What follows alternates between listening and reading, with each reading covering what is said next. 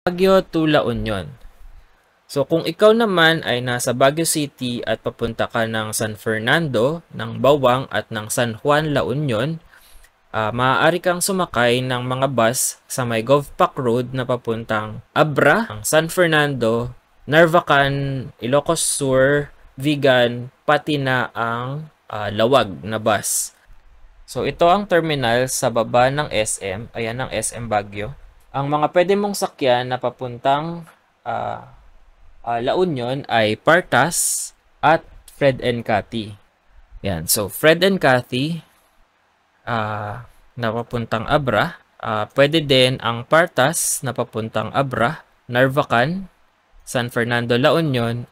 Yan. So, kung kayo ay mag-surfing sa may San Juan, pwede kayong sumakay ng bus ng Partas at bumaba sa may San Juan.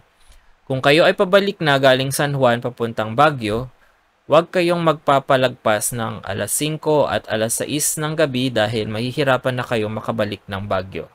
So, ang isa pang sakayan na papuntang La Union ay matatagpuan naman sa may Slaughterhouse. So, sa may Slaughterhouse, merong mga bus ang Michakoy na papuntang Abra. So, ito, nandito ang Session Road. So, nandito ang Center Mall. Andito ang palengke. Yan sa may bandang Hilltop. May mga jeep dyan na bumabiyaheng Trancoville na dadaan dito sa may Slaughterhouse.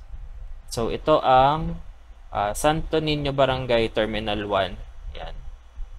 O kilala bilang Slaughterhouse. Yan.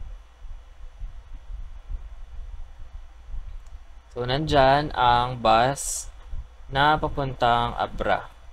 So, karamihan ng mga bus dito ay mga ordinary na bus. Pero meron din namang aircon na papuntang Abra at San Fernando, La Union. Okay, so that's it. Natapos natin ang 20 questions. Maraming salamat sa panonood and have a good night. Until the next episode.